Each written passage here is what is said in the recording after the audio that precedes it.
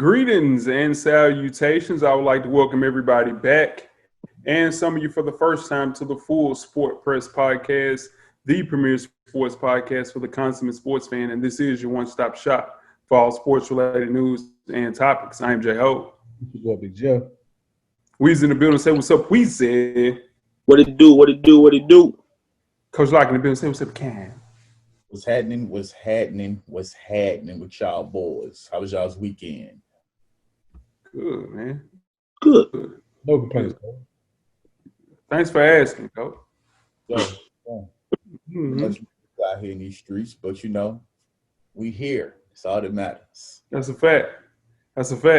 Speaking of being here, episode 330, man. We're unveiling the 2020 NBA Bubble Awards. FSP style. Always FSP style. You better damn know it. And you better damn believe it, man. Let's kick it off. Best of the week, Jeff. What you got?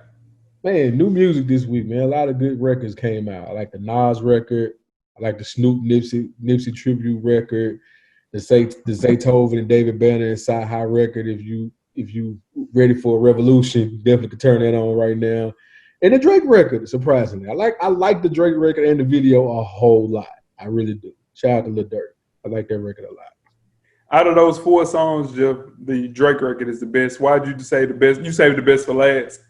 No, I just knew me saying the Drake record would surprise everybody. So the best is probably either the Snoop record or the David Banner Sci-Hi record. That's a good record. That's a good record. Hey, we can move on. You gotta check it out. Did not like that song. Didn't like it. You didn't play it. Yes, I did. There's no way you played that record and you heard Banner and then Sci-Hi verse. No. I'm talking about the Snoop record. Oh, you had the Snoop record? Nah, I don't need him singing over a singing track. That don't make sense. Did it? Yeah, I thought it was gonna be. He started with the sample and then it was gonna change into another beat, and it didn't ever do that. I never did it. What's going on? Ghostface did it a while ago on a Pretty Tony album. That don't make it right. Oh, okay. All right. Coach Lock, what you got, man? Best of the week. My best of the week we're gonna get into a little bit later on in this episode, but I'm just gonna say my boy Dame Dollars. That's all I'm gonna say. We're gonna talk about that later on in the show, so I'm just gonna leave it at that. For sure, what you got, Weezy? My best of the week is just the NBA period, man. It's going to be playoff time, and it's getting real spicy in the league right now. People, the benches talking. The benches. I like the way the benches are set up too in the NBA right now. I like that. That. Social distancing for sure. My best of the week. I've been in the house. If you guys follow, I mean, if you know that, I haven't left the house. So there's no reason for me to leave to go anywhere. And whatever, people still don't understand that. But anyway, my best of the week is that I have purchased a pair of Crocs. Look at that. Look at that, dog. Purchased me a pair of Crocs, man. That's how bored I am, dog. And they super comfortable too, dog. Y'all get y'all a pair, dog. We in there. We in the Crocs, man. Croc life. Oh. Gang. Right. I had a pair of Crocs. He clowned me for them for 3 years, man. That's crazy. No, bro. Let me tell you what you had. Are we going to do that? Okay. No. You had mules, my man. Mules. Huge difference. We're in the house. You know what I'm saying? We quarantining. We chilling. We copping Crocs. You feel me? They comfy, man. He seen me out working a pair of Crocs. He clowned me to this day. No. They're mules. So you had a heel on your shit, man. Oh.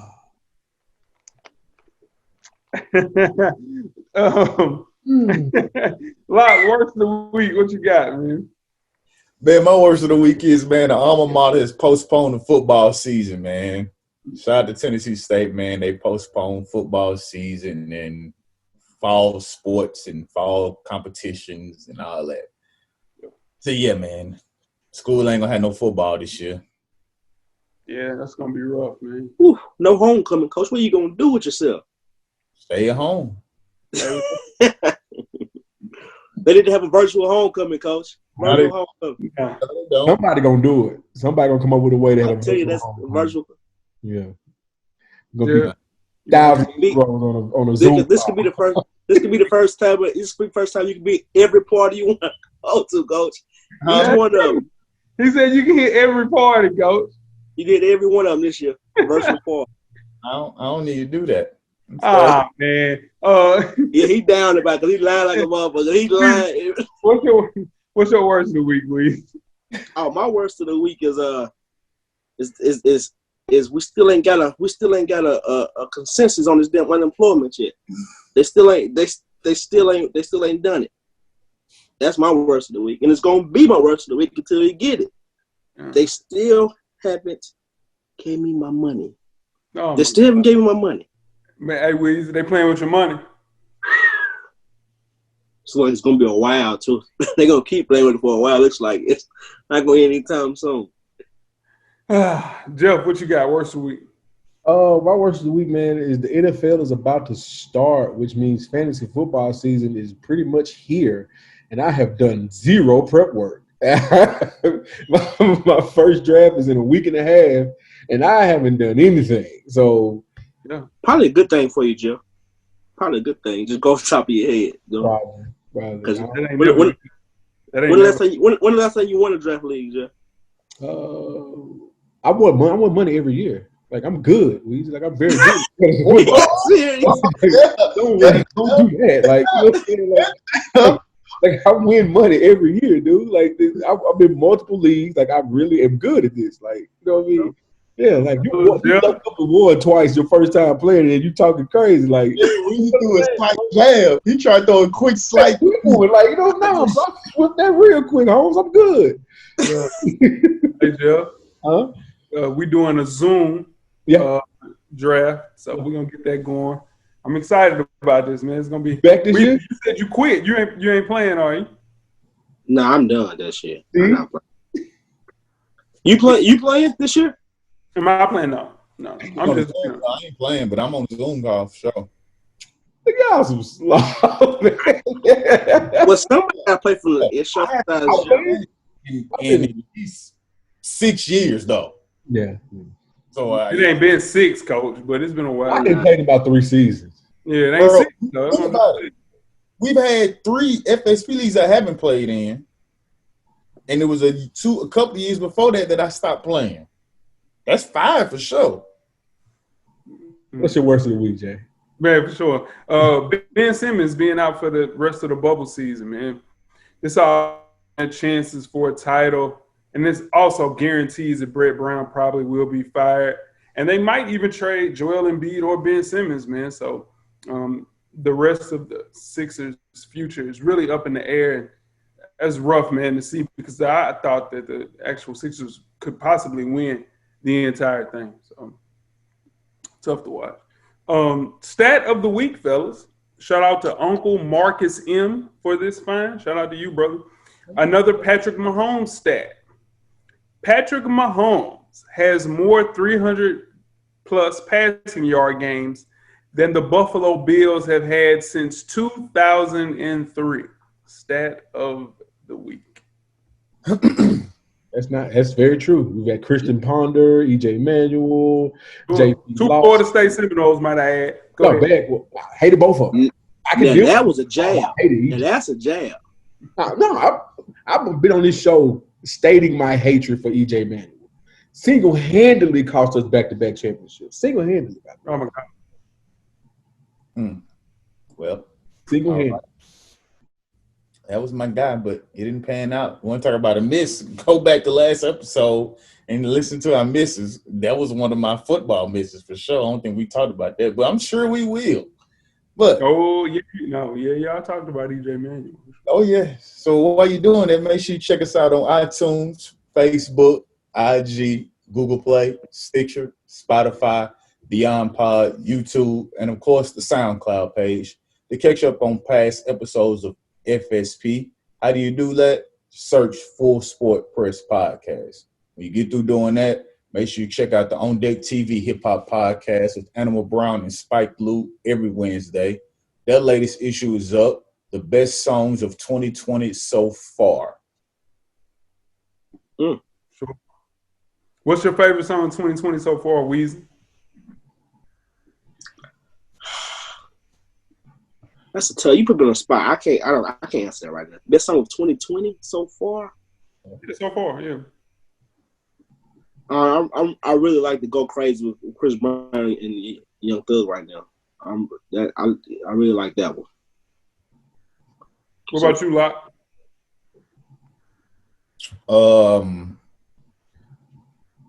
Probably one of the Lil Baby the Baby songs. They got baby, baby, baby, going baby, baby, baby. Yeah. That's how it goes. That's what he said. What about you, Jeff? Probably I say my most listened to this year new song probably either been Lil Baby, The Bigger Picture, or the Cocaine Cologne by my man Stove God Cooks. Stove God Cooks. Yeah, where's Stove God Cooks from? Pittsburgh. Yeah, I think so. Somewhere in Pennsylvania though. He say Pennsylvania a lot in the music. So yeah.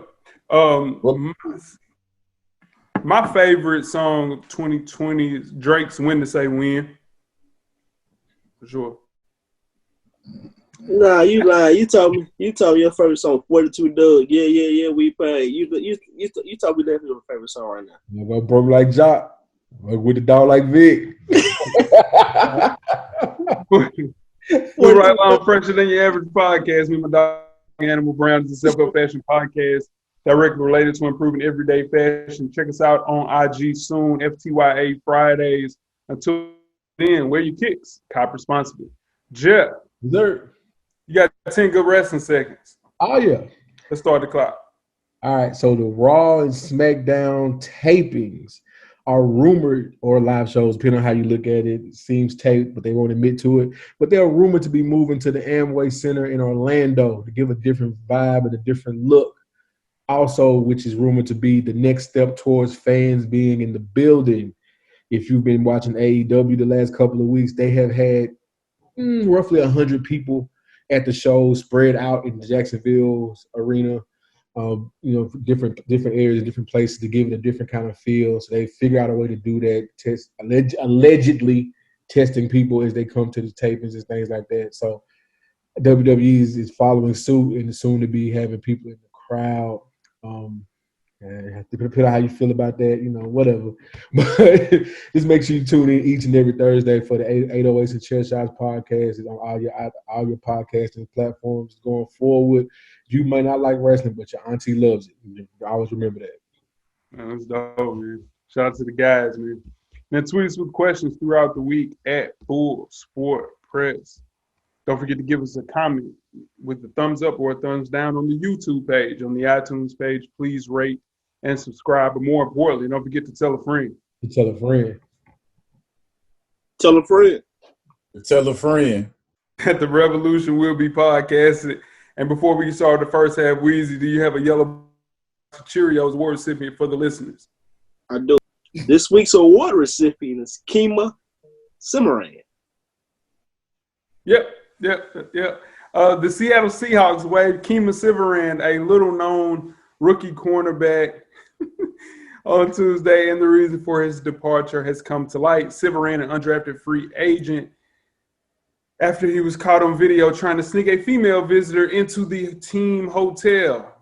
The kicker, this woman, was wearing Seahawks gear in an attempt to disguise her as a player. The Siverand's attempt to welcome a visitor into the team hotel was a violation of team rules, especially during a camp that is operating amid the ongoing COVID-19 pandemic. Even in a regular non-pandemic setting, players are usually forbidden from welcoming visitors into hotel rooms or dorms. This is probably the easiest Yellow Box of Cheerios award recipient that we've ever won or gave this out to. Listen, man, what the hell was Kema thinking? I don't know. Thinking. I mean, we know what he was thinking, but he wasn't thinking. One of my wise friends told me, probably on the Zoom call right now, she told me back in the day, I was young coming up.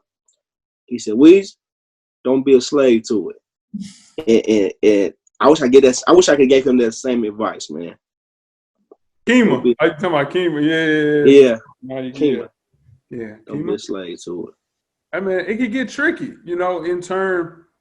I know you've been away from the slavery, it can be tough. But here's the thing with technology, and all that. I think, you can have some fun. You don't have to do that. You could have got that off another way. You guys ready to get started the first half, man? Yes, please do. The first half is underway. Half the hottest sports news of the past week, like we do each and every week here at the Full Sport Press Podcast. Started. I am J-Ho. Boy, Big Jeff. It's your boy Weezy. What it do?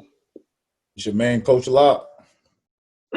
Locke, where can they find you at on social media, my brother?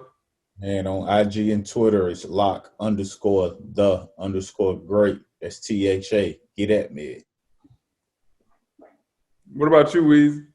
I'm FSP_Weezy on IG, and I'm at How Weezy on Twitter. Holla at me.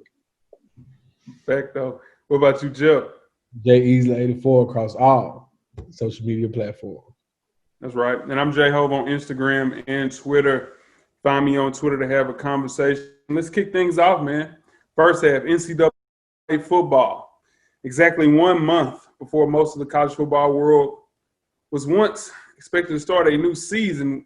Wednesday showed us just how difficult it will be to stage autumn sports during the COVID-19 pandemic. The Big Ten, Pac-12, and Mountain West postponed football until 2021. The Big 12, the ACC, and the SEC will try to play football in the fall. Billions of dollars are at stake across the sports world. At some top programs, football can generate $150 million and as much as 75% of their college sports revenue annually. An outright cancellation would devastate the college world's economy. Football, the industry in general, costs $4 billion in total revenue. That's what it brings in throughout the year. Will college football be played in the fall? In the South? Yeah. They're going to find a way. The SEC will find a way. The ACC will find a way. They're going to put them boys out there to play. They're going to find out the coaches have too much power, and they have absolute power, I should say. And as long as you have people like Dabo Swinney running around who are going to push the agenda to make sure this is being played, we're going to see college football played in the SEC and the ACC, no matter what. Yeah, I'm agree with Jeff just said, but it's not just SEC. The Big Ten, they're pissed off too. Coach Franklin's pissed off. Coach Harbaugh's pissed off. They want to play just as bad. They feel like the players are more protected at school than they would be at home, which can go both ways. I mean, that sounds harsh, but it's probably true. But my thing is that I think this could change football at a very instant. Like we could actually see, because like even if they play SEC plays, I mean, who's going to be a champion? Does it? I mean, you know what I'm saying? How they going to crown the champion? Just of the SEC? That's not going to hold no weight. You know what I'm saying? Yeah, well, to those people who think the SEC is the only league that matters, they the only ones that care. They're going to say, we're the SEC, we're the one anyway. So, of course, as long as the SEC and Dabo can play, we're fine. They don't care about nobody else. Or the kids that's playing out there included. That's right. I believe we're going to see college football in the SEC, ACC, and Big 12, but I think it's going to come to an end eventually. I don't think the season is going to go 100% through. I think when you have those players out there playing, you're going to see the cases start to pop up everywhere. And then you're going to see your best players. Something like one of your best players happens to get it. Now what's going to happen? Like, say Trevor Lawrence gets it for Clemson. Now what's going to happen? Because now we know that's going to change the whole outcome of their Clemson team. So I think they will start off playing, but once the cases start to arise, you'll see more players coming out saying they're not feeling safe now because they're starting to see people close to them in the same locker room practice get the COVID. And I think that's going to be the demise of it. Just don't see how they're going to continue to play once they get going if these cases start to pop up a lot. Most definitely, man. In last month, guys, a confidential poll of college football players conducted by ESPN, they asked 73 players would they be comfortable practicing and playing games without a vaccine, 64 of those 73 players said they would. Only 37 said that they would be willing to play 2 seasons in 1 calendar year if the 2020 season was delayed. If I am, Justin Fields or Trevor Lawrence, I'm not coming back to play in the spring. There's no reason to play. They literally have to play in the fall because teams are playing in Minnesota on the field with no heated fields. Dude, it's like 2 degrees on the field. People, come on, man. You're falling on concrete. So it's so many different variables that goes into playing winter football, January, February football in big cities like that. That's terrible as far as snow and things of that nature. It is going to be a shit show if they try to play in January, the middle of the traditional flu season, which everybody assumes where Corona will hit even harder. Hey, man, football is over with for 2020, 2021. Just go ahead and pack it up. It's just not worth it. You don't want a kid to die on your watch. There's a chance that could happen. Why risk it? And one more thing, my thing is they should have just went on and make this call earlier, like the smart schools did with the Harvards and all that. Like just make the call earlier. Let us go and be pissed off and get over it instead of making it so close to the season. You got the kids already there training, already trying to get it. You know what I'm saying? They're making plans, they're making ways to get their parents to the game. Then you just all of a sudden just quit it. Make the call earlier, man. Get it over with. All right. So, in the kind of, put a bow on everything, like you're asking 18, 19, maybe 20-year-old kids to make a decision about the rest of their life. But when they're trying to make a decision about making money for the rest of their life and making money off of their name, you want them to be quiet. When it comes to them wanting to play football and putting their life on the line, possibly because we have no idea what the long-term ramifications of this disease are, you're cool with that. Let them play for your entertainment and so you won't be bored and so you can make your money at your school. That's all you care about. But we don't know what this means for people as they get older and how it's going to affect them in their long-term life when they can actually make some money off of their name and their likeness if they go pro. But you don't give a damn about that. Just make sure they play for your college and your alma mater. That's all you care about. Fun times to live in, man. Yep. We were speaking on young Kema earlier as he was the recipient of the yellow box of Cheerios. Well, the NBA is trying to figure out some things in that same realm also. The NBA has done a wonderful job keeping everyone safe and COVID-free in the bubble. But Stephen A. Smith seems to think that players should have conjugal visits. The NBA will soon be allowing outsiders into the bubble, but there's a catch to it. It has to be someone that the player has had a long-standing relationship with the player, which means what? No side pieces. Nobody you just randomly met that you want to just bring into the bubble. Now, my question for you guys is, should they have conjugal visits? If they do, how are they going to determine who has been with who for a certain amount of time or is considered long-standing? And will this be safe? And will the conjugal visits be just for girlfriends and wives? Because you may have a long-standing relationship with somebody that's not a wife or a girlfriend. Are they allowed in the bubble? What do you guys think?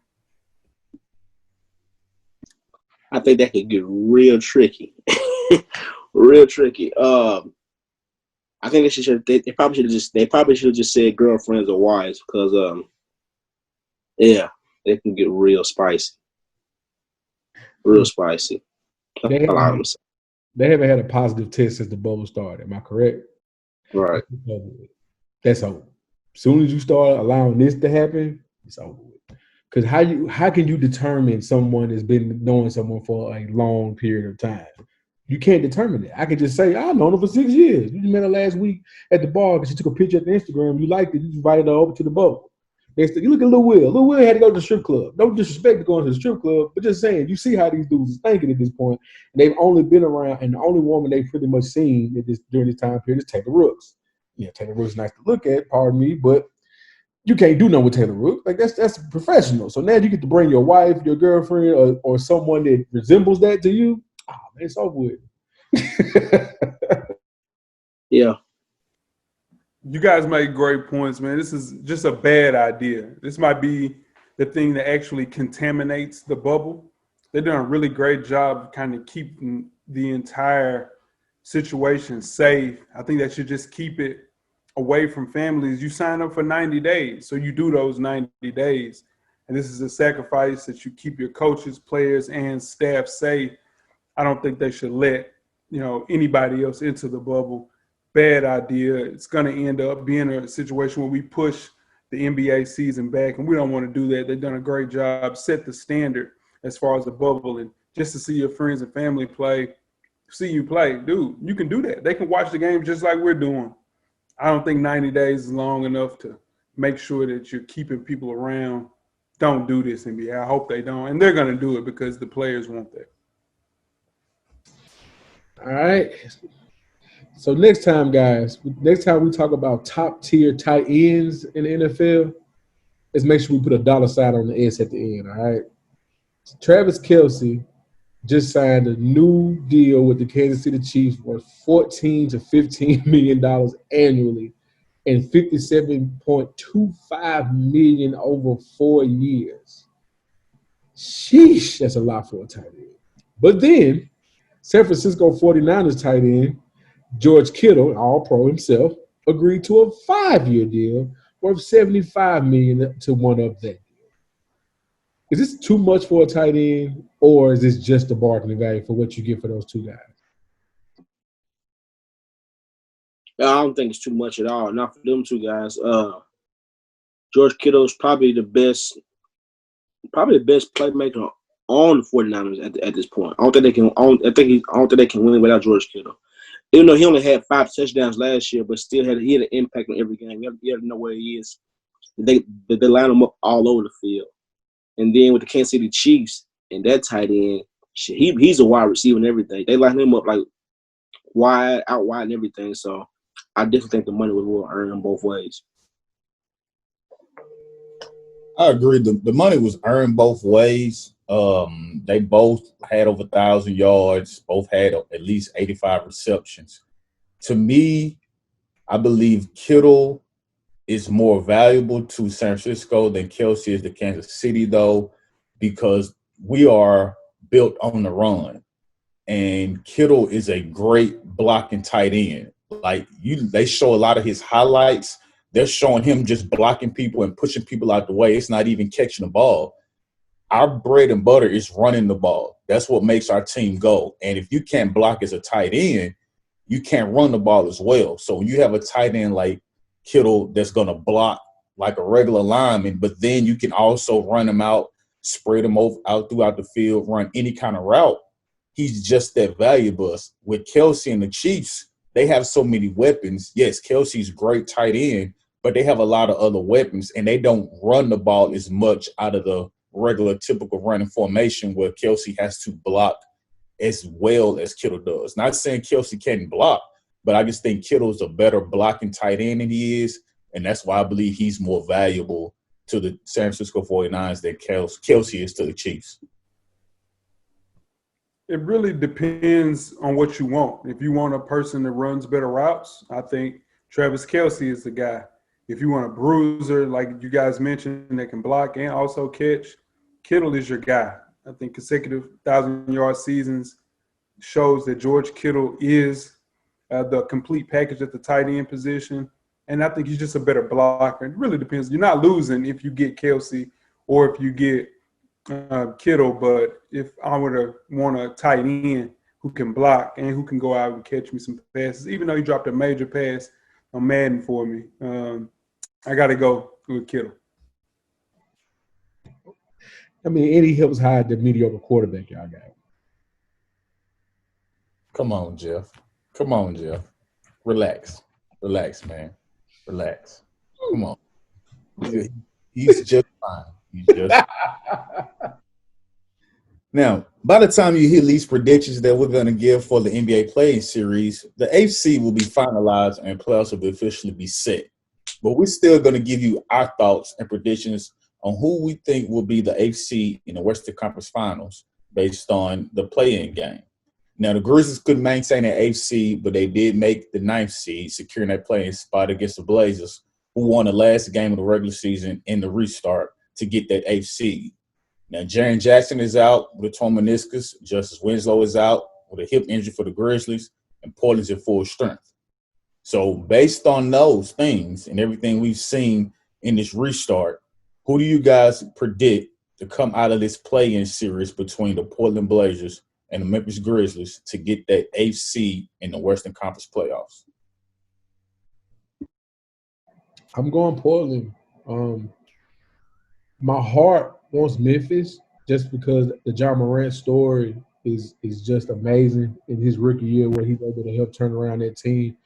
And, you know, it's the closest thing to a home team we have here in Nashville. So I would my heart wants Memphis, but for a better playoff series and possible upset, you got to go with Portland.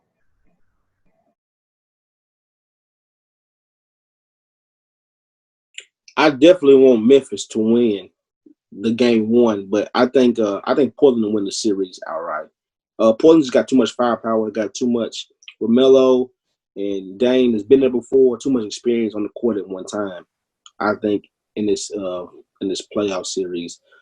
Dane made it official when he said when he was on that Zoom call, he said he wasn't going to play unless he could have a chance to make the playoffs, and he's been on a kill ever since. So it's been a business trip for him since he's been in the bubble. And without Jaren Jackson and Justice Winslow, I don't think they stand a chance in a series. They might win a game, which I think they win that first game because I think Portland been on a tear right now and they got to come down. But I got Portland in the series.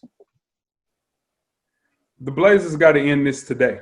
They have older players like Melo that needs rest in between these games. They don't want to play on Sunday. Then again on Tuesday, that extra day of rest will be vital for this competition.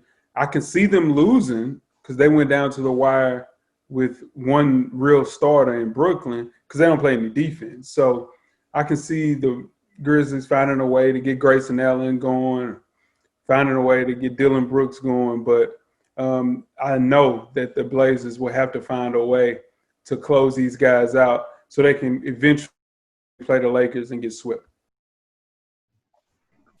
I believe Portland is going to win this series. It's going to be closer than people think. For one, Portland is not a great rebounder team, and the Grizzlies are a pretty good offensive rebounder team. Portland's not good defensive, like you mentioned. They 120.4 defensive rating in seeding games in the bubble, which is one of the worst defensive teams since the restart. But all that being said, though, you still got Damian Lillard, like Weezy mentioned. You still got CJ McCollum. You got Melo. They have the experience that the Grizzlies won't have. Ja's going to put up a fight, but I don't think he can do it by himself. You have the players that are, they'll have a game or so where they'll play well, but I think at the end of the day, Portland is going to win this play-in series and wind up getting that 8th seed to face the Lakers. Will the game be close? First game? Yeah, I mean, all the games have been close, but Blazers, man, they play down the competition. They play up in competition. Losing this game. I do think we're going to get a show between the two guards. I think Ja and Dame are going to put on a hell of a show, and I don't want to miss it. So we'll see. You guys ready to get started with the halftime? Let's do it. We're at the midway point. Enjoy all of the halftime festivities. Halftime, in case you missed it, Wednesday, NFL Network announced Deion Sanders would no longer be on staff.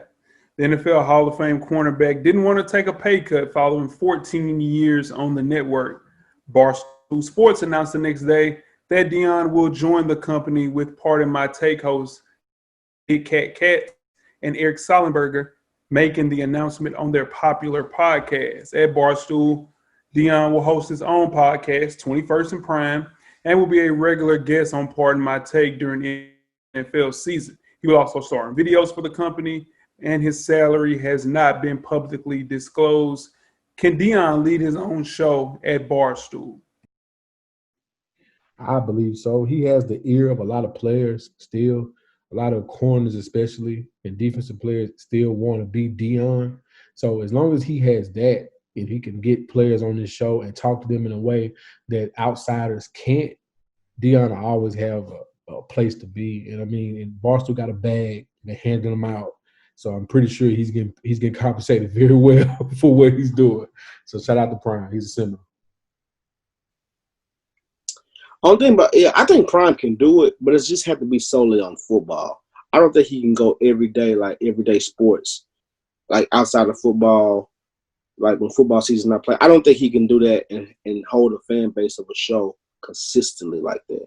Then when it comes to football season, college football, he can get interviews, he can hold a fan, but I just don't see him doing everyday sports stories and consistently hold the base. Kind of like, not like Jalen and Jacoby. Especially doing it by itself, that's hard to do in today's.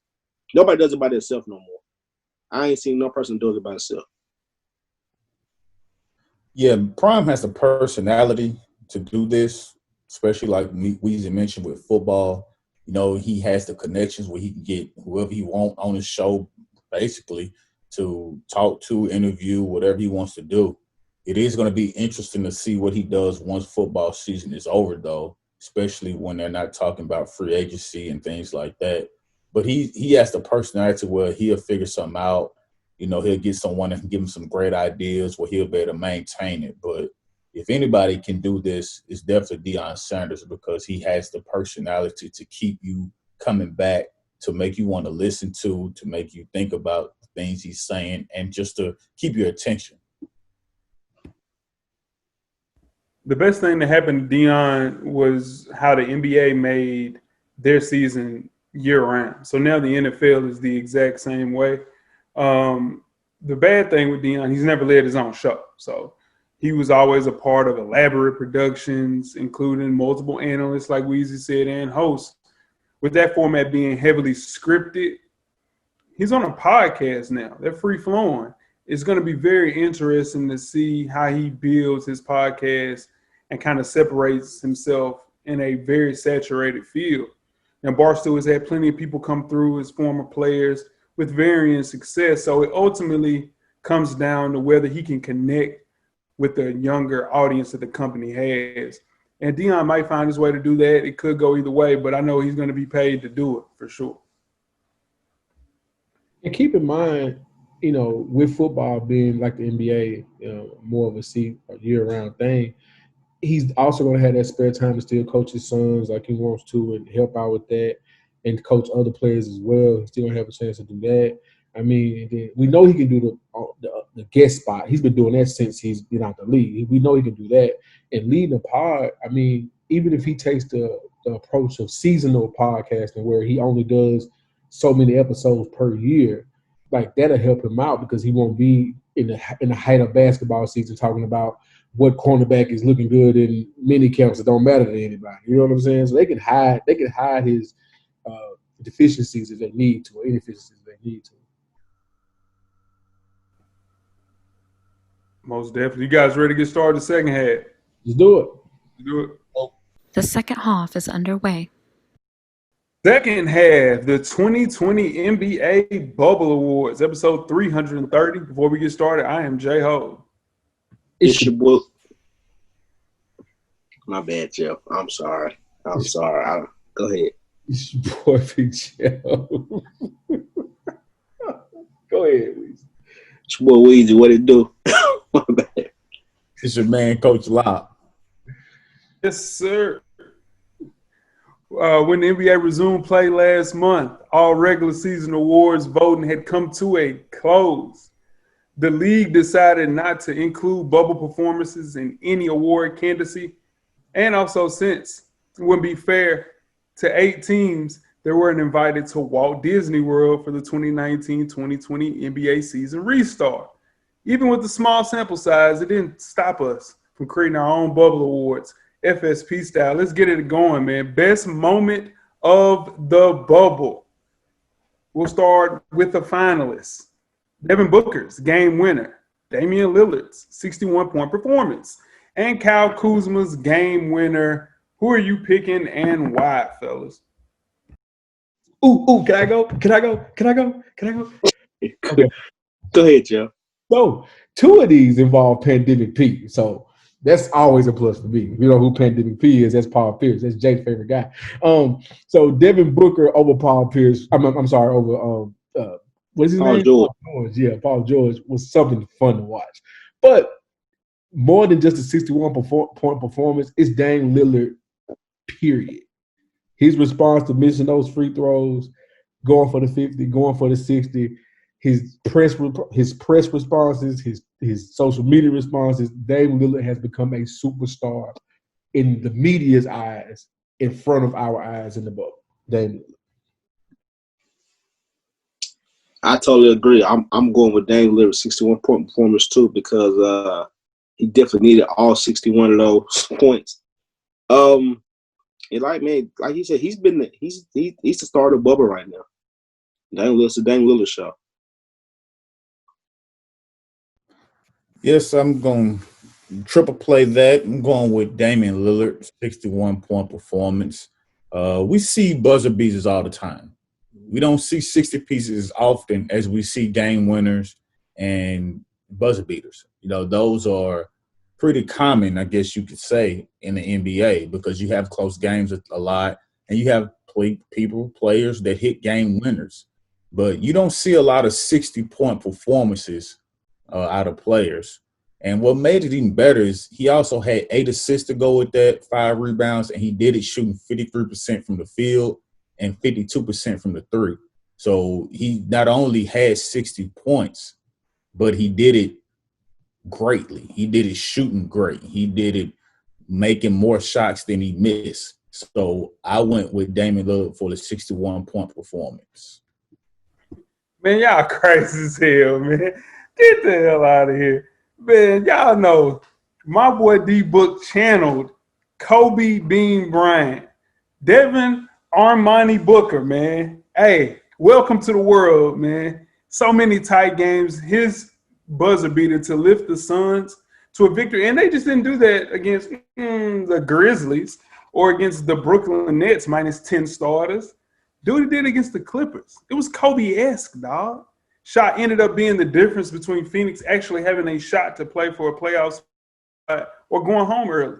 You have to give it to Devin Armani Booker, dog, the legend of the bubble. They're going to name the bubble Devin Booker's bubble, dude. He owned the bubble, dude. Are y'all crazy? And he laid out. Dude, that's going to be forever. That's going to be the picture of the bubble. Him laid out. Game winner. Give it the ball. Don't go for that 61. The Blazers are not playing in the playing game. Amen. They're not playing. Y'all got some damn nerves. All right. So next we have the rookie of the bubble, and the finalists are Ja Morant, Michael Porter Jr., and Cam Johnson. Weezy, who is your pick for rookie of the bubble? All right, I'm going with Michael Porter Jr. for sure. I hate to say it, but Jay was right. Michael Porter Jr. was that's just who I roll with, man. He came out of he's been everybody thought Bull was gonna be the star for Denver, and it's pretty Michael Porter Jr. for sure. That's my guess. Michael Porter Jr. I agree. The league is going to regret not taking a chance on that young man. I mean, I understand back injuries are serious, and you don't want to play with that. But if you had a draft pick that you had at your disposal and you waited that long for him to get picked, he's going to be on a tear. And we're seeing his second-year jump early. I'm talking about Michael Porter Jr., of course. We're seeing his second-year jump early, adjusting to the game, adjusting to the league, understanding how things work, and we're getting to see it right now in the bubble. Because technically, he's no longer a rookie. Let's keep it above, right?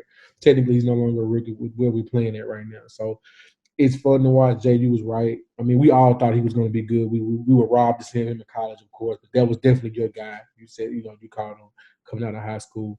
And of the bubble, he's the rookie of the year. Of the bubble. This is turning into the bubble, the J Hove call, man. You know what I mean? All my guys are, playing at a really high level. We'll move on to. I'll talk about another guy that I call as well, but It's Michael Porter Jr., man. Ja Morant was easily the best rookie pre-bubble, but MPJ holds that crown inside the bubble. This was his breakout party. He started with an 11-point clunker after a 20-point blowout against the Heat. Then he peeled out 4 straight double-doubles, man. He's benefited from Gary Harris and Barton, Jamal Murray not playing in every game. This is going to be huge for the Nuggets going into the playoffs because they now know that this kid can play, and all he has to do is work on defense. If he works on defense, sky's the limit, man. Interesting to see how they're going to use him in the postseason.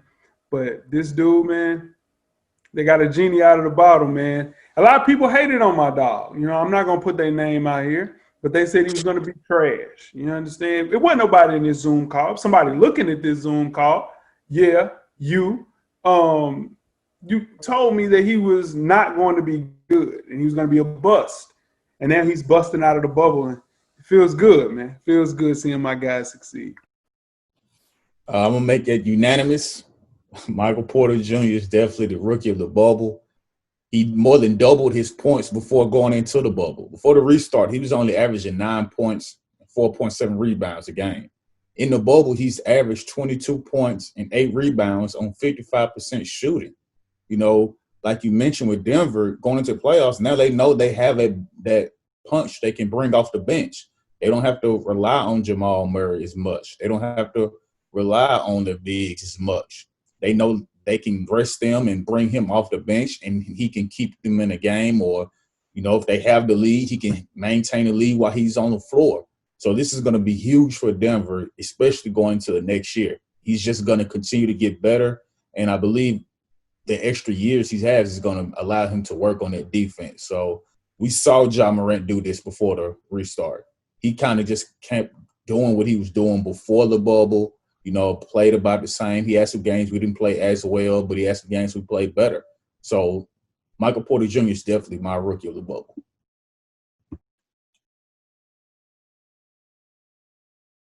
So we'll go with breakout player of the bubble. The finalists for that, we have Gary Trent Jr., Derek White, and Trey Burke. Jeff, who are you going with for your breakout player of the bubble? This was probably the toughest one we got on the list to me. I'm going with Gary Trent Jr. just off of the confidence that team shows in him in moments where he should not have the ball in his hands. Like, just being honest, it should be 3 other people before he even touches the ball. But he's able to get shots, and they depend on him to make those shots, and he's making a majority of it. Like, he had a rough game against the Nets, but other than that, like, he's coming up in big moments. So to me, it'd be Gary Trent Jr. and the fact they trust and believe in him right now, and that's going to be huge for them going to the playoffs.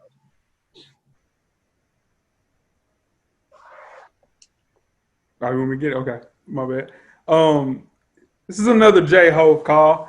Gary Trent Jr., man, this is my guy, man. You know, his dad was the Shaq of the Mac. Has been my guy since he went to Duke. I was upset that he went to Duke, but once he left Duke, you know, I completely doubled. And it wasn't looking good for me because that boy was deep on the bench.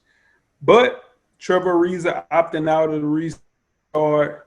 The Blazers needed somebody on the wing behind Melo, and he turned into a human flamethrower, dog. Averaging 18 points, 56% from 3, coach. Shooting 56 from downtown. Once the Blazers make this playoff, he will be the person that can kind of help them get over the hump. Everybody needs a person coming off the bench to score. He is that guy with ultimate confidence. Dress is kind of weird. I don't know what happened to his fashion sense leaving Duke. Coming into the league, just got to learn how to play a little defense. Sky's the limit for this kid, man. I think he can ultimately be the reason that they get rid of C.J. McCollum and maybe add a big star, because Gary Trent Jr. is a player, dog. Yeah, I was good Gary Trent Jr. as well. And I thought just the same thing as Jay said. I didn't want to say it because I didn't want to look stupid, but since Jay said I'm going to say it, he overshadowed he overshadowed C.J. McCollum this whole bubble. His whole bubble. I think I don't know if he's playing freely or no pressure on him, but he's overshadowed him the whole bubble, and there's been pressure on that team to win, and he's been coming through. So, he made some money definitely. And plus, he got to play defense on that team. That team in Houston, it's got to feel good to play as an offensive player because they don't care if you play defense or not. Got to feel good. Houston has Coach Locke, tell me you wouldn't let to play for Houston Rockets or the Trailblazers. You can go out there and just shoot the ball when you want to. Of course. Houston played better defense in the bubble, though. Just being better. Not saying it's great or top anything. They've definitely showed more effort in the bubble than playoffs. Well, we have another unanimous pick here. I went with Gary Trent also. He just improved everything. Another improvement from the restart. All of his numbers from his field goal percentage, 3-point percentage, and average increase from the regular season. He's only averaging 7 points in the regular season. Like you said, he wasn't playing a lot, and he's made big shots for them. Damian Lillard played great. He had the big games, but if Gary Trent Jr. doesn't play like he's played in that bubble, I don't think Portland makes that 8th seed. I think they lose some of those games, and we're talking about Phoenix and Memphis playing their playing game right now. So Gary Trent Jr. definitely was a big boost for them to get that play-in seed. I don't know if I go as far as saying I get rid of C.J. McCullough for him because it's different when that light is on you and they're game planning for you night in and night out. Now you're talking about going from a role player to the number 2 option on that team from the guard play. So I don't know I would go as far as get rid of CJ, but they definitely need Gary Trent Jr. to continue to play like this if they want to make any noise in the playoffs. Will they keep Melo next year? Better. That's the answer right there, Coach. They better. Next, we have most disappointing player of the bubble. Finalists: Ja Morant, Lonzo Ball, Fred VanVleet. Jay, who is your most disappointing player of the bubble? Oh, it's Lonzo Ball, man. And the thing about it, he seemed to really hit his stride before the season was postponed. He was averaging 27 and 7 in the month of March. And you stop, postpone, or, you postpone the actual NBA season, then you say, you go to the bubble, you average 5 points, 5 rebounds, and 6 dimes, y'all. 25% from the field, 19% from 3. He just went into a shooting slump at the worst time possible, man, putting together a very solid season prior to coming to the bubble. Had it not be for his poor play, the drama surrounding Zion, the Pelicans wouldn't be going home. And they're at the crib now, and they just fired their coach. So here we are. And Lonzo Ball is partly to blame. Damn. He's my guy. So I'll take this one. Lonzo Ball is definitely my guy. And Jay's right. He had a horrible bubble, like horrible. Coming into the bubble, he was like reaching his stride. He was keeping them afloat. He and B.I. Waiting on Zion to arrive to save the day. Unfortunately, Rudy Gobert saved the world, and we had to postpone the season. And Lonzo Ball left his game in March. That's pretty much just what happened. Like, he didn't show up for the bubble. Everything you read about this team is that he didn't look interested to be there, whatever was going on with him, etc. I'm not going to get into any personal issues, whatever. But he did not look like basketball was on his mind while he was on the court. And that was sad to see because that team really could have made some noise and really should have been in this play-in game against Portland. Yeah, I'm a third that. I'm gonna go with Lonzo Ball because not even just Lonzo Ball. I'm going with the whole Pelican organization. They fumbled their first game by not letting Zion play, and it just seemed like the team never really just rallied at all. So Lonzo Ball, he had a big, only person playing on that team that's playing hard was Drew Holiday. Drew Holiday was hooping.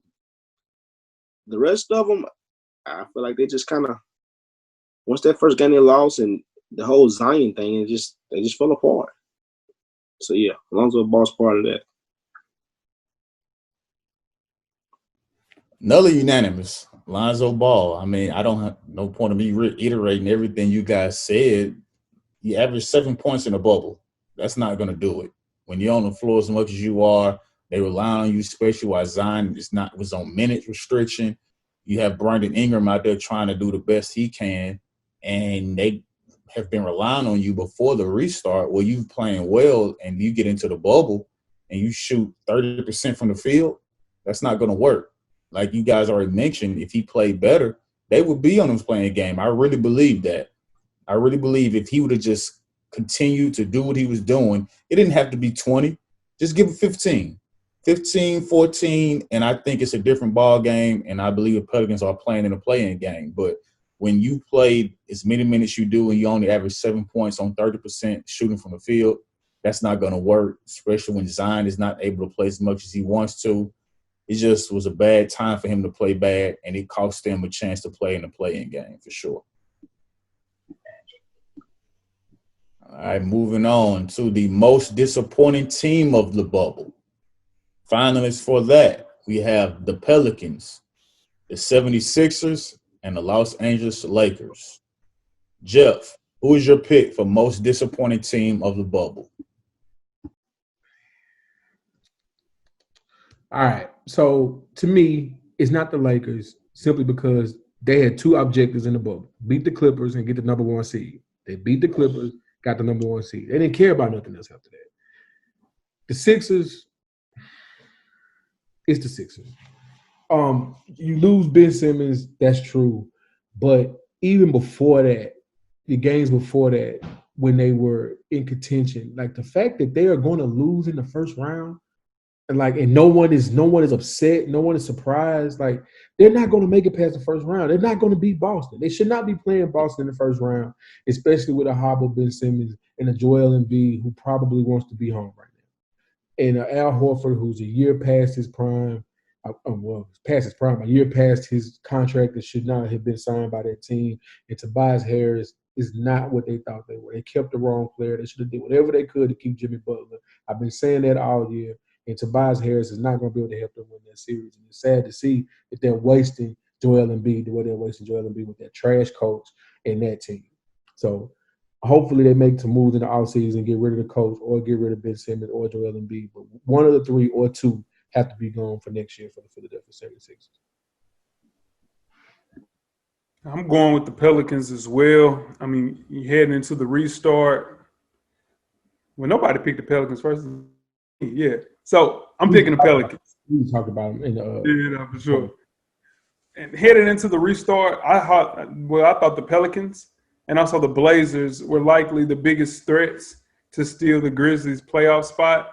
And the Pelicans, who long win came against the Grizzlies at the time. This team should have been better, man.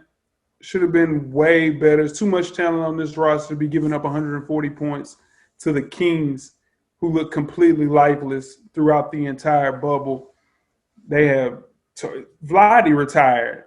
That's how bad they looked in the bubble. So to have the situation the way that the Pelicans went out, even Brandon Ingram, who's everybody's media darling, most improved player, it's only so much that he can do. He can't have any help. Zion only played 12 minutes a game. He doesn't care about people talking about his weight. It's just, man, it's too much going on. They got to find a way. He did. He said that, Jeff. He said, I don't care about what people are saying about my weight. They're entitled to their opinion. So in turn. It was just how you said it. He said it. It was just how you said it. Look at him. He don't care about his weight. So here we are now. Alvin Gentry, who probably will never get hired again to play or to coach an NBA team. They let him down. He risked his life coming to that damn bubble, man. Alvin Gentry, 66 years old. He didn't need to be there, and they didn't even show up for him, dog. He was, not to cut you off, but Alvin Gentry was placed in a bad position because for the front office wants Zion there for the long haul and restricted his minutes.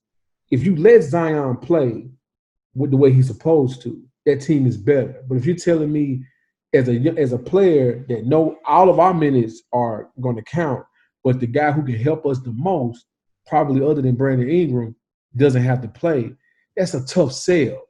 That's a real tough sell. And then as a coach, you're showing that you're not the power. So you can't make a decision to play him because the front office is saying no. So they hinder Alvin Gentry powerless, and chose to not give a damn about this bubble when they're the only reason we're having playing games because of the Pelicans, because the NBA wanted Zion in the playoffs for the Rays. Let's be honest. They're the only reason we're doing this. So, yep. And they still let them down. Yeah, it's tough. Yeah, the Pelicans was my disappointing team in this thing. I think the NBA just hyping Zion, and he's letting. I don't think he's letting down. I think he's letting down the whole NBA right now. I think he's letting down the whole NBA by not being in shape. It's just not. It just they pushing him to. I mean, they're pushing him to be the star, the face of the league right now. He is right behind LeBron, and it's not panning out. Now, when he's on the court, Jeff, I give you that. He's a walking bucket. But what y'all hear something? Now I said, who's the face of the league? LeBron James is the face of the league right now. But they're pushing for it. They're pushing for it to be Zion. Yeah, that's easy. We know that, and he moves the needle enough to where it shows. Like, we know that. Like, and he hasn't let. I don't understand how you can say he let people down. He's only playing where he can play. He can't run on the court, and the coach won't let him play. But this whole weight thing is an issue now. I don't know if the media made it an issue. I don't know if Zion don't care or not, but it's an issue now. When they look at Zion on the court, people look at his weight to see, all right, damn, he don't look like he lost any weight. It's the same thing that LeBron faced when he first got into the league. You got to find something because he's too much. No, what do you mean? Oh no, I'm serious. When he's on the court, he's unstoppable. Number one, we've seen that. Now I pointed it out to you guys countless times in the group chat. He's unstoppable. Number one, when he's on the court. So they have to find something to say negative about him because everything you hear about him is positive. The kid don't get in no trouble. He's never had no bad press. He never said nothing stupid in an interview. All he do is show up, play basketball, dominate, and go home and look like a little kid when he does it. That's all he does. You got to find something negative to say about him. That's not true, Jeff. He is out of shape. He is out of shape. You know that. I mean, that's nothing negative. Oh, they try to find bro. They're gonna find if there's something to talk about. They're gonna talk about it. And right. He is out of shape.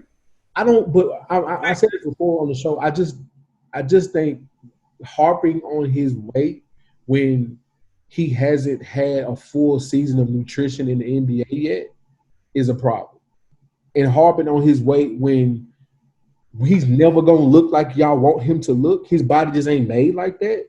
I think that's like we act like he's Oliver Miller or Tony Dumas or people like that. He's not. Like, he's jumping out of the gym. They want him to be cut up like Dwight Howard. Bro, he's never gonna be cut up like Dwight Howard, but he needs to be in a situation where his body looks better than what he's doing. He in the NBA, man. He needs to take care of his body. His shit look crazy, bro. That's all I'm saying.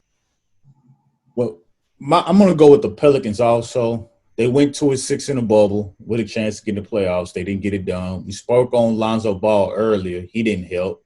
And the Zion minute restrictions didn't help him either. Now, the Zion is out of shape. His body's not where it needs to be. All of that is not his fault. COVID really put a strain on that. I really believe if COVID doesn't happen, he was on his way to getting back better. His body would have been better because no matter what training he was doing at home over Zooms, calls, things like that, when COVID hit and they were not allowed to go to their facilities, that had a big issue with him because he was not able to get to the gym. He was not able to get to those trainers. Now, whether he's helping himself by the things he was eating during COVID, we'll never know. But he's going to have to get his body better than what it is now. And no, he's never going to be the cut-up type of guy. He's always going to be a muscular, football-looking player on a basketball court. But if you go back and look at his body at Duke, it looked better at Duke than it does now. So if he can just get his body back to looking like that and get healthy, then he'll be the player that Jeff always says he is be. But the Pelicans, they are most disappointing. The Lakers, they went 3-5, but they went 3-5 because LeBron, they lost 2 games where LeBron only played 15 minutes in one. And the other game, he didn't play at all because they didn't need to because they had already clinched the number 1 seed. So they did what they need to do, like Jeff mentioned. The 76ers were 3-1 when Ben Simmons was playing. and then they lost the next 3 after. So we know what happened with the 76ers. So I went with the Pelicans for most disappointing team of the bubble.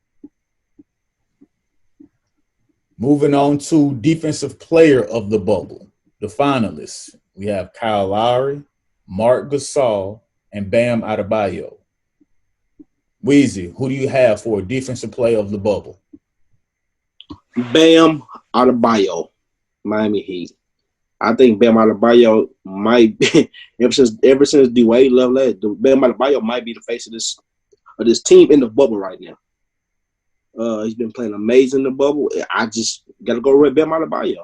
Marc Gasol did his thing, but the way Bam, and he got them as a 4th or 5th seed, Bam Adebayo. I got Kyle Lowry, man. I know it's not a popular choice, but he made super timely defensive stops in critical moments of the games, whether he was taking a charge or playing great individual defense. Kyle Lowry was everywhere for the Raptors, which in turn had them as the best defensive team throughout the entire bubble, with Marc Gasol, who has the Defensive Player of the Year in his hardware. Kyle Lowry, man, just made huge role plays within the Raptors' 8 games. And I think, unfortunately, I don't like the way he plays, does a lot of flopping, but it's part of defense, man. Very similar to Pat Bev, just a nuisance. But he was strapping up, man, throughout the entire bubble. I agree. I think we could have rotated multiple Raptors players for this award. Van Vliet as well as Kyle Lowry. Or Pascal, like they're one of the top defensive teams in the league of the bubble, and also got that 2nd seed solidified, which is insane considering there's no Kawhi Leonard there. So, well, I know we're gonna talk about the coaches and things like that, but just think about, let that settle in that they're still the 2nd seed. They've actually won more games without Kawhi than they did with Kawhi last year.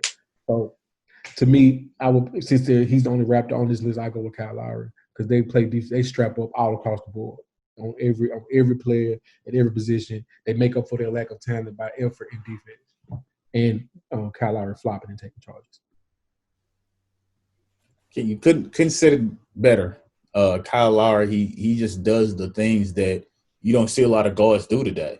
He's unselfish. Like you mentioned, Toronto is one of the better defensive teams in the bubble, and it starts up top. When you look at a defensive team that's great, most of the time it's going to start with your guards up top or your wing play.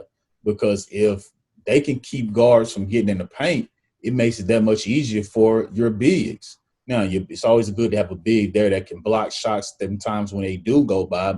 And sometimes that's because your guard knows they can play aggressive defense because they know they have the big on the inside to clean up anything that they miss or get by. But Kyle Lowry, he's just that knack. He's one of those players, like you mentioned. He gets on your nerves guarding you. He has you frustrated. He's going to make it hard on you when it's time to go against him in the game. So I went with Kyle Lowry with defensive player of the bubble also. Next, we have coach of the bubble. The finalists are Monty Williams, Terry Stotts, and Greg Popovich. Jay, who do you have for coach of the bubble? I got Monty Williams, man. You arrive at the bubble 6 games behind the Grizzlies for the 8th seed.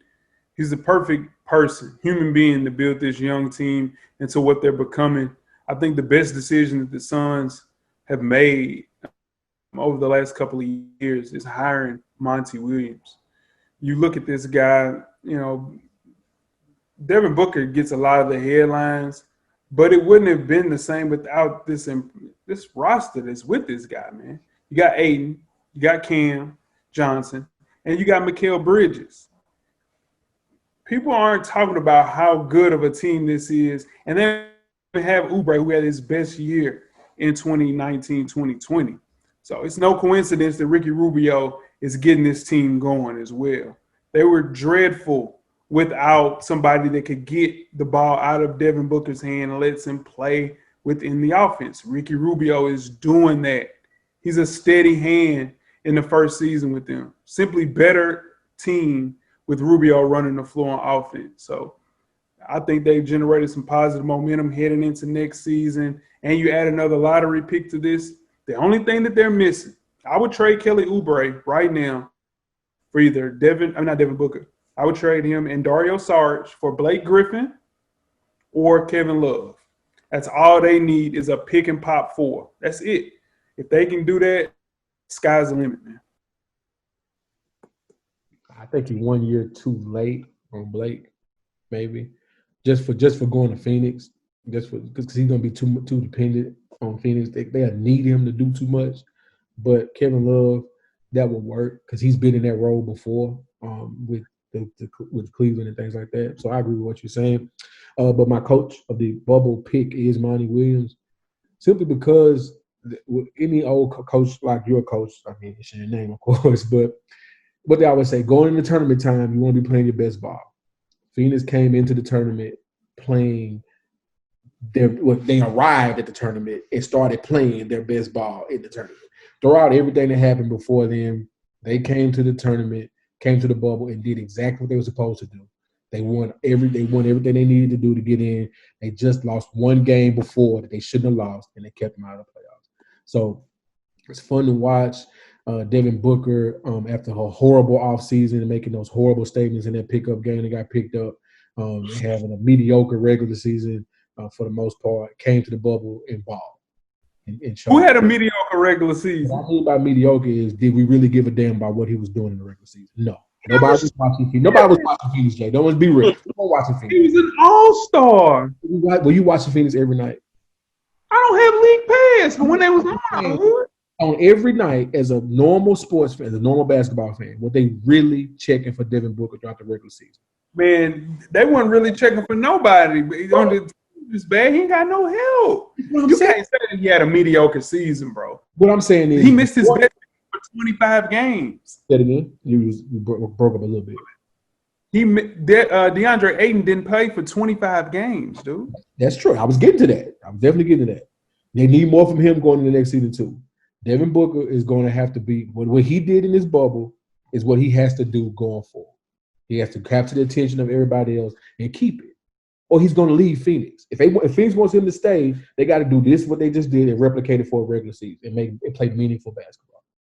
Because there's no reason you win 8 games and you still don't make the playoffs in the bubble. You know what I'm saying? Like, they should have been more meaningful in the regular season than now. That's all I'm saying.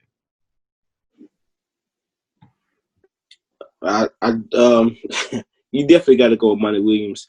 Yeah, you don't come in there from 4 months off and just going there and just win 8 games in a row without getting some kind of award for Coach of the Year. Like that was amazing to me. I don't think they had a chance. I thought it was going there. I thought they'd lose that first game against Dallas when they played the first game of the bubble. So, and Devin Booker, he's definitely been hooping. I think he has a target on his back now. He got to carry the team. The target on his back now, so he got to continue to do that. But I want Monty Williams also. Yeah, it's another clean sweep with Monty Williams. Like I mentioned, they were 6 games back of the AFC going into the bubble, and nobody on this Zoom thought they would go 8-0 in the bubble. Nobody. Let's just be real. Now, they are playing great. They are running stuff the right way because they're using all their young players that they are been getting in the draft because they haven't been good, and now it's starting to come into fruition. They just have to continue to do that. And like you mentioned, this draft pick they're going to get is going to be a real important decision who they take with their draft pick. The only reason they're not in the playoffs is because they went 1-3 against the Grizzlies in the regular season. They lost the tiebreaker. If they win one of those games, they in the playoffs.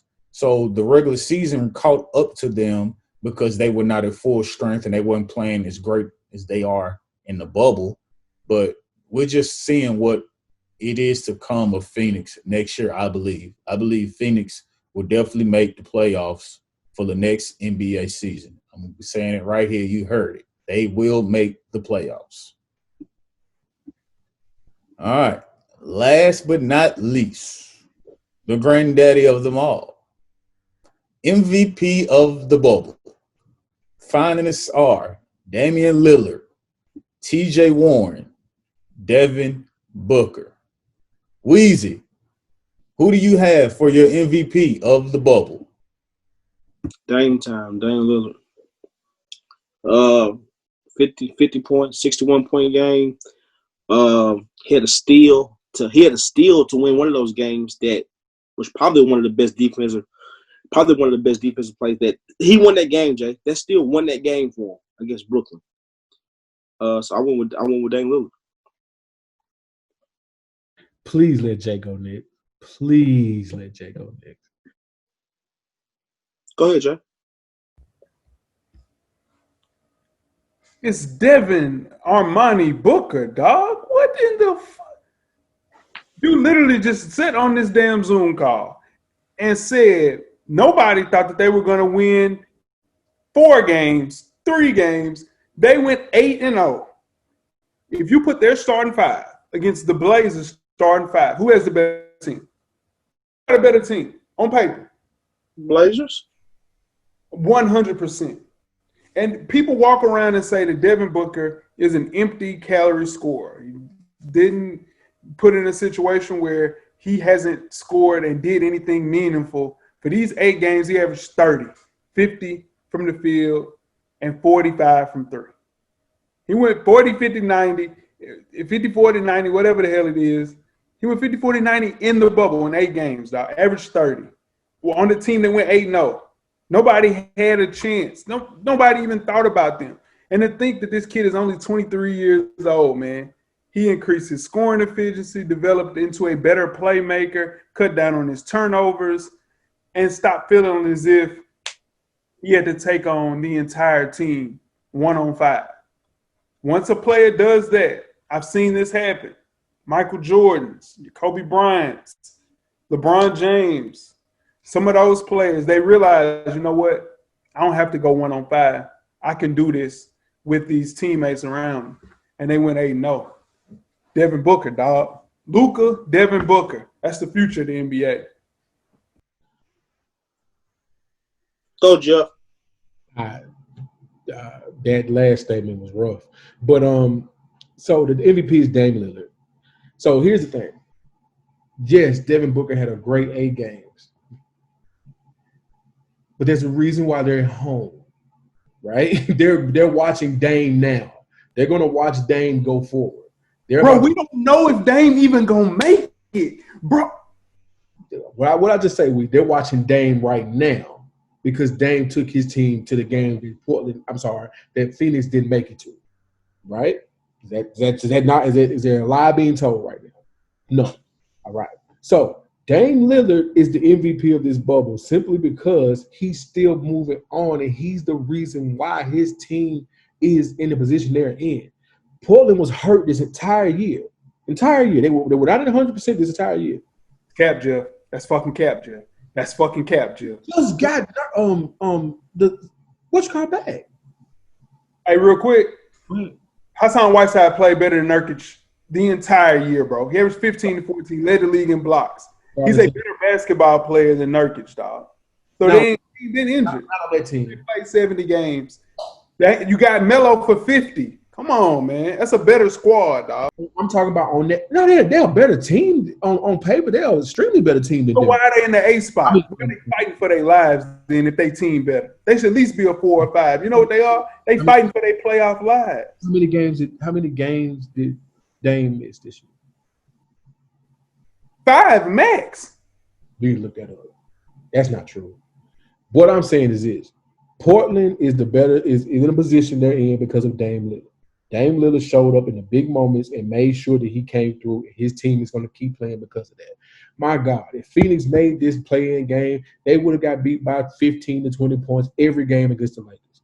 We know that. Anybody with any common sense know that. They would not have matched up well against the Lakers. At least when Portland plays the Lakers, they're going to win 1, maybe 2 games. Simple math.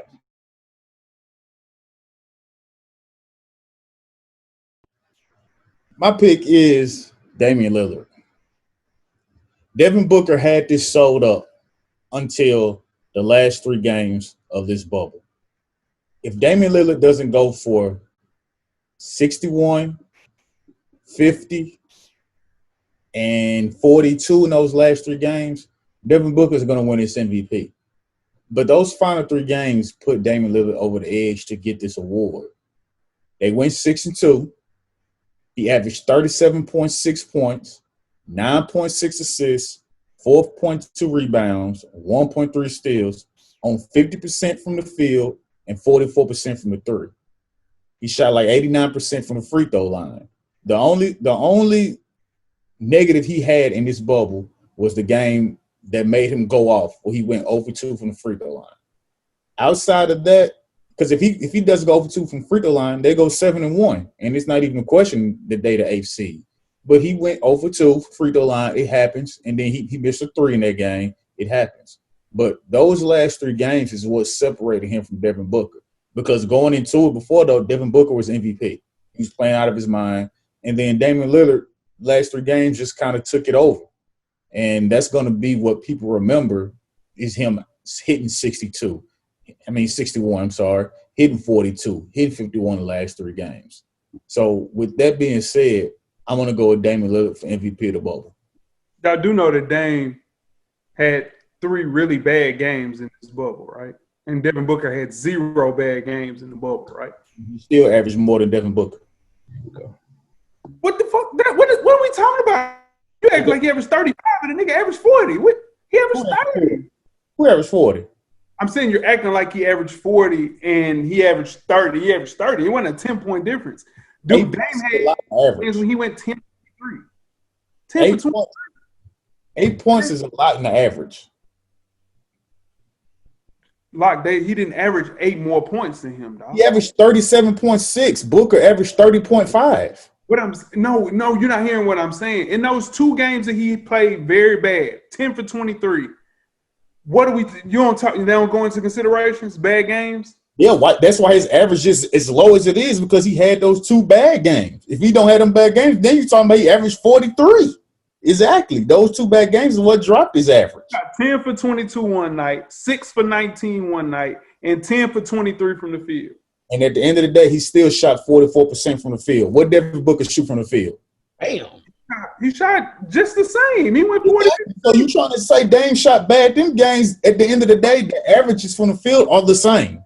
He had bad games, and the strength of schedule that Dame Lillard had compared to Devin Booker was easier. He had an easier route. So he gets punished for the games that he has to play? Oh my God. You can't punish him for that. So there we go. Y'all make sure y'all check it out. Jay is hot about that. Right, y'all like Dame Lillard more than y'all like Devin Booker and that shot, but understand this. That's Understand this. You're a new Dame Lillard fan. Don't insult the basketball shit by saying that right there. Like, don't do that. No, I'm telling you. I clearly, because if you before the last 3 games, I had Devin Booker. But when you come out and score 61, 51, and 42, that's enough to take over that. And we'll see. We'll see when the MVP bubble comes out, we'll see what people think. That's all we can do, right? We'll see what happens when the people come out. We'll see who wins the vote. That's it. And then we can do more. My boy hot over there. It's all right, man. It's better to get MVP over a person that didn't lose a game, didn't have 1 bad game, and his strength of schedule was harder. Bro, that's ridiculous, man. We just gave Coach of the Year to Monty Williams, who really. Bro, if there was a situation where Dame Lillard could be Coach of the Year, I gave that shit to Dame Lillard too. And I get it though. That's y'all man. But sometimes you got to step out and be like, you know what? I mean, it's in Houston. Pause. Like, no. Jeff, don't do that. That's cap. You said it's the bandwagon fool. Did you not say? No, Jay. Come on, man. Like you can't. We different. You don't jump bandwagons in the middle of no season. You can't say a guy's your guy and you ain't just been rolling from that whole time. You can't do that. You want to crown him? Hey, this is what I'm trying to say. You want to crown him? But get what? He got to play some games in the next couple of days. He's gonna let y'all down. Like he just got out of the trunk. A nigga put him in the trunk in 2018. That was 2 years ago. He made the Western Conference Finals the past season. He said, what? What'd you say? That was 2 seasons ago. And then he made the Western Conference Finals the next season. He responded, and he beat your man's home for the series. Said what? From the logo. He beat your man's home from the logo. What did he do against Steph, though? What do you do against your man's pandemic pedo? What did he do against Steph, though? What do you do against pandemic pedo? Question. I understand. There we go. You got to start bringing up locked in the trunk. He did, but the next year he bounced back. Bounce right back, Jay. It'd be different if he got locked in the trunk. Then the next year he didn't bounce back. He bounced back because Drew Holiday wasn't available, dog. Oh, come on, man. Come on, man. If you want to crown him, dog. Tweet us with questions throughout the week at Full Sport Press, man. Don't forget to comment, give us a thumbs up or a thumbs down on the YouTube page. On the iTunes page, please rate and subscribe. And more importantly, don't forget to tell a friend. Tell a friend. Tell a friend. Tell a friend about that FSP. Weezy. Everything paid for, baby. Jeff. The camera is always on, brother. Coach Locke. Get a drummer song. From the logo. Podcast that we are out. We show the fuck are out.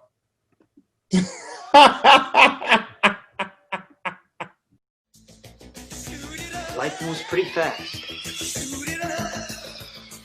If you don't stop and look around once in a while, you could miss it. Thank you for listening to the Full Sport Press podcast. To catch up on prior episodes, visit the SoundCloud page. And don't forget to tell a friend to tell a friend.